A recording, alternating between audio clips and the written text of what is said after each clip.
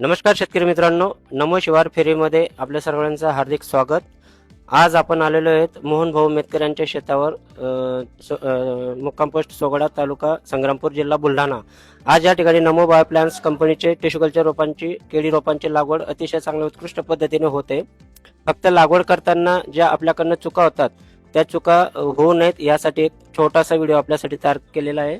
तर शेतकरी मित्रांनो, लागवड करत असताना जो रूट बॉल असतो तर रूट बॉल व्यवस्थित मातीमध्ये ठेवून आजूबाजूला भोगर माती टाकून त्याला व्यवस्थित दाबून घेणे, म्हणजे जेणेकरून माती आणि रूट बॉल या एकजीव झाला पाहिजे.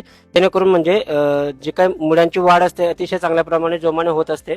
परंतु आता लागवड करताना जर आपण हलक्या पद्धतीने जर लागवड केली किंवा आहे त्याच पद्धतीने जर आपण ठेवून दिलं तर रूट बॉल आणि माती याच्यामध्ये हवेचं प्रमाण जर वाढलं किंवा इरेशन तयार झालं तर मुळ्या काड्या पडून कालांतराने झाड हे मरण पावत असतं किंवा झाडामध्ये मर रोगाचा प्रादुर्भाव दिसून येतो.